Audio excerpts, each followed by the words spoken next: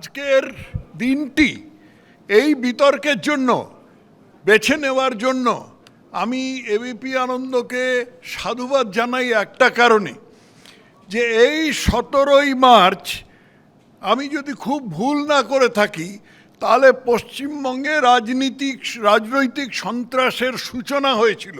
রাজনৈতিক সন্ত্রাস আরম্ভ হয়েছিল বর্ধমান শহরের সাঁইবাড়িতে, যেদিন সিপিএমের একটি মিছিল এসে সাঁই ভ্রাতৃদ্বয় মলয় এবং প্রণব তারা তাদের মায়ের সামনে বসে খাচ্ছিল এবং মা তাদের পরিবেশন করছিলেন, তখন তাদের গলা কেটে সেই ভাত রক্ত দিয়ে মেখে তার মায়ের মুখে ঠুসে দেওয়া হয়েছিল এবং তার কয়েকদিন পরে তাদের এক সাক্ষী গুণমণিকে ওইখানে হত্যা করা বা বর্ধমান টাউনে আরেক জায়গায় হত্যা করা হয়েছিল। এইটা হচ্ছে পশ্চিমবঙ্গের এই সন্ত্রাসের, রাজনৈতিক সন্ত্রাসের বলা যেতে পারে শুরু। এর আগে ছোটোখাটো খুচরো খাচরা হতো, কিন্তু বড় আকারের সন্ত্রাস এই সিপিএম শুরু করে গেল। এবং আমি বহুদিন ধরে বলে আসছি, এখনও আবার বলছি, যে আমাদের এখানে সিপিএমের একজন মেধাবী ছাত্রী আছেন, যিনি সিপিএমের কাজ অক্ষরে অক্ষরে সিপিএমের কর্মধারা লাইনে লাইনে অনুসরণ করেন। কারণ তার যুক্তি হচ্ছে যে সিপিএম যদি এই করে 34 বছর ক্ষমতায় থাকতে পারে, তাহলে আমিই বা থাকবো না কেন? কারণ ওর রাজনীতির মূল কথা হচ্ছে একটা। আমি তৃণমূলের নেত্রীকে একটা বিষয়ে সাধুবাদ জানাই, যে এরকম ফোকাস আমি কারোর দেখিনি। একটা বিন্দুতে দৃষ্টি একেবারে বদ্ধ হয়ে আছে, আমাকে পরের নির্বাচনটা জিততে হবে। এই লক্ষ্যের জন্য যেদিন নির্বাচনের ফল বেরোয় এবং ওরা নির্বাচিত হলেন, সেদিন থেকে পরবর্তী নির্বাচনের জন্য চেষ্টা করেছেন। আর সব চুলোয় যাক, শিক্ষা, স্বাস্থ্য, নীতি, কর্মসংস্থান সব চুলোয় যাক, খালি আমাকে পরের নির্বাচনটা জিততে হবে, এই অসাধারণ ফোকাস আমি আজ পর্যন্ত ভারতের অন্য কোনো রাজনৈতিক নেতার মধ্যে দেখিনি। যাই হোক, সময় সংক্ষিপ্ত বলে এই বিষয়টাতে অনেকক্ষণ ধরে বলা যেত, কিন্তু সময় সংক্ষিপ্ত বলে অন্য বিষয়ে চলে যাচ্ছি। আমি সমীর চক্রবর্তী একটি অত্যন্ত গুরুত্বপূর্ণ কথা একেবারে শেষে 4টে বেল বাজার পরে যেটা বলেছেন সেটা আমি বলছি। শেষ কথা হচ্ছে নাকি মানুষের রায়, শেষ কথা হচ্ছে মানুষের রায়। এর চেয়ে বড় কথা, এর চেয়ে ভালো কথা আর কিছুই হতে পারে না। এখন এই মানুষের রায় কে নির্ধারণ করবে, কিভাবে নির্ধারণ করবে? আমাদের সংবিধান বলছে এই মানুষের রায় নির্ধারণ করবে একটি সংস্থা, যার নাম হচ্ছে নির্বাচন কমিশন, এবং তার ওপরে তাদের নিরপেক্ষ বলে ধরে নেওয়া হয়েছে, সংবিধান অনুযায়ী ধরে নেওয়া হয়েছে। এখন এই মানুষের রায় নির্ধারণ করতে গিয়ে যে নির্বাচন কমিশন, এই নির্বাচন কমিশন তৈরি হবে কি করে? সরকারের তরফ থেকে একটা খুব ভালো করে একটা প্রক্রিয়া লিখে দেওয়া আছে, যেই প্রক্রিয়ার মধ্যে দিয়ে গিয়ে নির্বাচন কমিশন তৈরি হবে। কিন্তু ওদের মতলব তা নয়, ওদের বক্তব্য তা নয়। ওদের বক্তব্য হচ্ছে কালীঘাটের খালধারের নিয়ে অনুমতি নিয়ে নির্বাচন কমিশন তৈরি হবে। কালীঘাটের খালধারের অনুমতি যদি না থাকে, তাহলে কিসের নির্বাচন কমিশন? আমরা তাদের ইমপিচ করে দেবো, নির্বাচন কমিশনকে উড়িয়ে দেবো। কালীঘাটের খালধারী হচ্ছে ভারতের অত্যন্ত পশ্চিমবঙ্গের কেন্দ্র। একটা জিনিস যেটা বোঝা দরকার, সেটা হচ্ছে যে কোথাও না কোথাও আমাদের বিশ্বাস রাখতে হবে। আমরা যদি সংবিধানে বিশ্বাস রাখি, তাহলে সংবিধানে যে কটা জিনিস আছে, যে কটা বিষয় আছে, সেই কটা বিষয়ের মধ্যে আমাদের কিছু বিশ্বাস রাখতে হবে। যেমন এই নির্বাচন কমিশনের রাজনৈতিক নিরপেক্ষতা, এই ব্যাপারটায় রাখতে হবে। দ্বিতীয় একটা জিনিস যেটা আমাদের সংবিধানের মধ্যে একেবারে ওতপ্রোত আছে, এবং সেটা আমার বিশ্বাস জওহর এবং সব্যসাচী দুজনেই একমত হবেন। অরূপার এর কথা, আমি সমীরের কথা অবশ্যই জানি না, যে আমাদের সংবিধানের একটা মৌলিক শর্ত হচ্ছে আমলাদের রাজনৈতিক নিরপেক্ষতা। আমলারা রাজনৈতিক নিরপেক্ষতা হবে। আমলা বলতে এখানে পুলিশের লোকও বোঝাচ্ছে, রাজ্যে কেন্দ্রীয় পর্যায়ের লোকও বোঝাচ্ছে, কেন্দ্রীয় আইএএস অর্থাৎ সবচেয়ে উচ্চ স্তরের যে সমস্ত আমলারা আছেন, যাদের সারা ভারতের ভিত্তিতে যাদেরকে নির্বাচন করা হয় বা যাদেরকে বেছে নেওয়া হয় তারা আছেন, সেখান থেকে আরম্ভ করে বিডিও এসডিও পর্যন্ত সবাই আছেন। এদের রাজনৈতিক নিরপেক্ষতাটা অত্যন্ত গুরুত্বপূর্ণ। আজকে আমরা কি পশ্চিমবঙ্গে দেখতে পাচ্ছি না যে এদের রাজনৈতিক নিরপেক্ষতাটা চোখের সামনে আমাদের সন্দেহের চোখে দেখতে হচ্ছে? এটাই সন্দেহের চোখে দেখা ব্যাপারটা খুব গুরুত্বপূর্ণ। এই সন্দেহটা সবসময় প্রমাণ করা যাবে না, কিন্তু একটা কথা আছে যে one should not merely be honest, one should also appear to be honest. এই যে অ্যাপিয়ার টু বি অনেস্ট ব্যাপারটা সম্পূর্ণ খারিজ হয়ে গেছে সিপিএমের আমল থেকে। এবং আমি তো বলেছি, সেই সিপিএমের চটিতে পা গলিয়েছেন আমাদের মহতী নেত্রী মমতা বন্দ্যোপাধ্যায়, এবং উনিও সেই ট্র্যাডিশন সমানে বয়ে চলেছেন। যাই হোক, এগুলো তো কোনোটাই অস্বীকার করা যাবে না।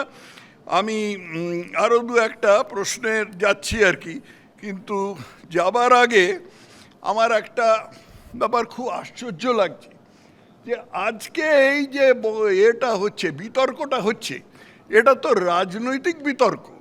এর মধ্যে যদিও অরাজনৈতিক কিছু মানুষ আছেন, নজরুল সাহেব আছেন, নারায়ণ বন্দ্যোপাধ্যায় তাকে আধজন বলেছে, অরূপ এই ওটা খুব একটা কাজটা খুব ন্যায়সঙ্গত হয়নি বলে আমি মনে করি। আর জহর এবং সব্যসাচী এরা রাজনীতির বাইরে বক্তব্য রেখেছেন। কিন্তু আমার একটা মাত্র কথা হচ্ছে যে এই যে রাজনৈতিক বক্তব্য, এর মধ্যে দুর্নীতি ব্যাপারটা কোথাও এলো না কেন?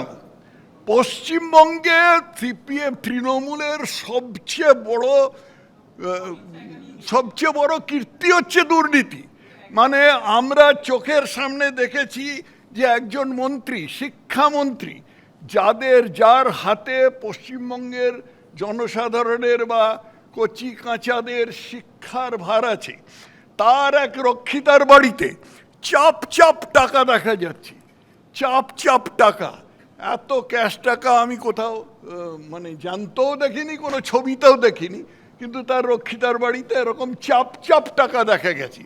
শুধু তাই নয়, এই চাপ টাকা ছাড়া আমরা আরও শুনেছি অত্যন্ত বিশ্বস্ত লোক, যাদের কথা মানে যিনি অরূপ চক্রবর্তীর মতন লোকেদের কথা আবারই করেন, সেই লোকটির নাম কুণাল ঘোষ। তিনি এক মুখ দাড়ি নিয়ে একটা জেলের গাড়িতে উঠতে গিয়ে চিৎকার করে বলছিলেন যে সারদার সমস্ত টাকা মমতার বাড়িতে রাখা আছে, মমতাকে গ্রেপ্তার করা হোক। এবং যখন বলছিলেন তখন মমতার পুলিশ ওখানে ভ্যানের গায়ে দমদম করে বাজাচ্ছিল যাতে তার আওয়াজ ঢাকা পড়ে যায়, কিন্তু ঢাকা পড়েনি। আমরা সবাই শুনেছি যে মমতার বাড়িতে টাকা রাখা আছে, সারদার টাকা রাখা আছে, মমতাকে কেন গ্রেপ্তার করা হচ্ছে না? তিনি পরে পাল্টি খেয়েছেন, সেটা আলাদা কথা। তিনি পরে পাল্টি খেয়েছেন, সেই পাল্টি নিয়ে আমরা কেউ কারণ কুণাল ঘোষ এত কিছু একটা গুরুত্বপূর্ণ লোক না, কিন্তু যে কথাটা বলেছেন সে কথাটা প্রণিধানযোগ্য, আমি সেটা মনে রাখতে অনুরোধ করছি। কিছু কথা সমীর বলেছেন এর আগে যে 2 দফা কি 8 দফা, 2 দফা কি 8 দফা, 10 দফা, 15 দফা, কে ঠিক করবে? সেই নির্বাচন কমিশনই ঠিক করবে।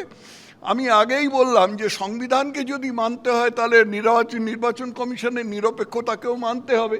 নির্বাচন কমিশন যদি প্রশাসনিক দৃষ্টিভঙ্গি থেকে ঠিক করেন যে এইবার 8 দফা হবে আর এইবার 2 দফা হবে, তাহলে সেটা মেনে নিতে অসুবিধে কোথায়? এবং 2 দফা হলে ক্ষতি কিসের, 8 দফা হলেই বা ক্ষতি কিসের? আমার ক্ষুদ্র বুদ্ধিতে আসছে না।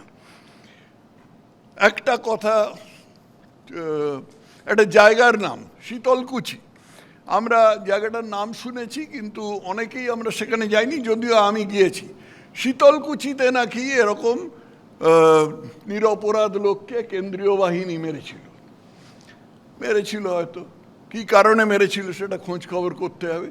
কিন্তু দাড়িভিট বলে একটা জায়গায় শীতলকুচি থেকে খুব বেশি দূর নয়, উত্তর দিনাজপুর জেলায় দুটি ছাত্র, তারা রাজনীতির সাথে সম্পর্ক শূন্য, তারা শুধু চাইছিল যে তাদের স্কুলে বাঙালি টিচার আসুক বা বাংলার টিচার আসুক, তার বদলে তাদের স্কুলে উর্দুর টিচার এসেছিল।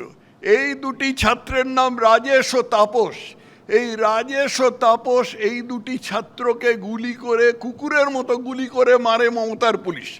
কি কারণে দুটি ছাত্রকে, যারা শুধু তাদের স্কুলে মাস্টার আসুক এই দাবি করছিল, এই কথাটা কিন্তু আমাদের তৃণমূলের নেতারা এখানে যারা আছেন, মুখপাত্র যারা আছেন, তারা কেউ বললেন না, আর কেউ বলবেনও না, আমি আশাও করি না। হিন্দু মুসলমান কথাটা নিয়ে অনেক কথা উঠেছে, হিন্দু মুসলমান নিয়ে উঠেছে, চুনচুনকে হিসাব নিয়ে উঠেছে। চুনচুনকে হিসাব সম্বন্ধে একটু বলি, আর আমি জলের বোতলটা আনি, এক সেকেন্ড, সরি।